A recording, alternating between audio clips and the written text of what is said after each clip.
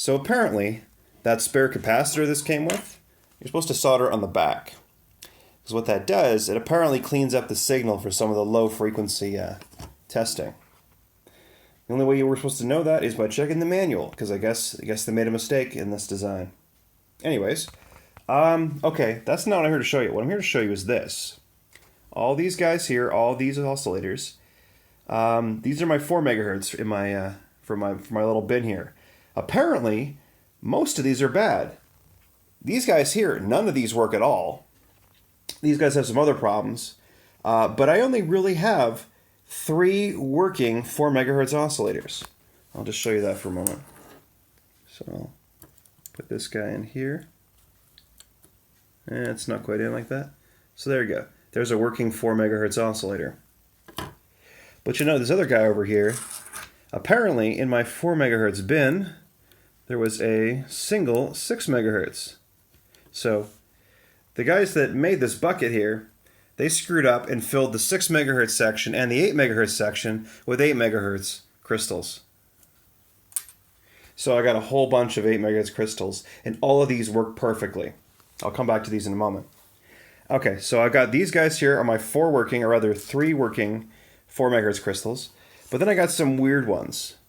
Some of these sort of work. I'm just going to attach it like so. So there you go, 4 megahertz. But when I touch it, look at that. It screws it up. So it looks like the pin is touching the casing. So these ones were just incorrectly made. So it just goes to show that looks like this batch of 4s is just bad. And I've got another problem to show you here too. This is there's a couple of these ones. These are 4 megahertz, but they don't actually synchronize at 4 megahertz. They can't even synchronize at a consistent speed. So these ones are just, pooched. But they still work in a matter of speaking. All right, so then just to finally show a working 4 megahertz, like so, I should be able to touch it.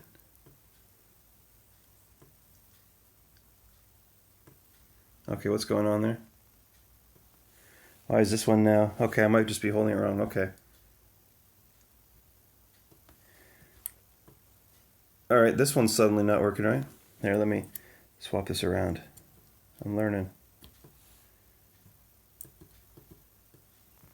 Oh dear, now they're all dying. Oh no! All right, make that, what's going on here? Okay. Okay, I take that back. I actually have only 2 working 4 megahertz oscillators. Just want to do one last test. Yep. This one's bit it too. Okay, I'll have to mark that guy later.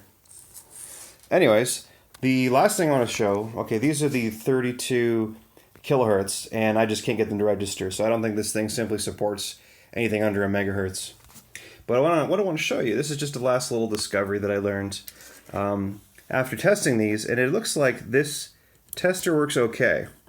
Because what I found when going through my stack of 8s was that, interestingly, these oscillators are not necessarily perfect. So when you see these off values like 7.99998, that's actually potentially correct. It might actually be clocked at 79998 because this one's 798. This next one in the row here will be 799999. Okay, if I can get it in here. Come on. 799999. Next one is going to be 8.0. And apparently I dropped it, so hopefully I pulled the right one from the pile. 8.00000. And then finally an 8.00001.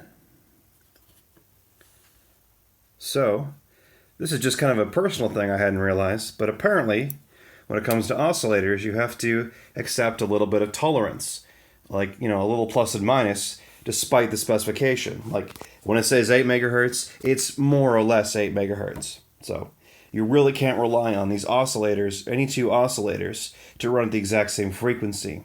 They're going to lose synchronization at some point. So that's why you want to kind of, use a single oscillator for your entire circuit. That's me learning. That's all I have to say. So yeah, this little cheap box of oscillators, you gave me a bunch of bad 4s. I'm disappointed. I have a couple working ones, but, well, that's not enough. Oh well.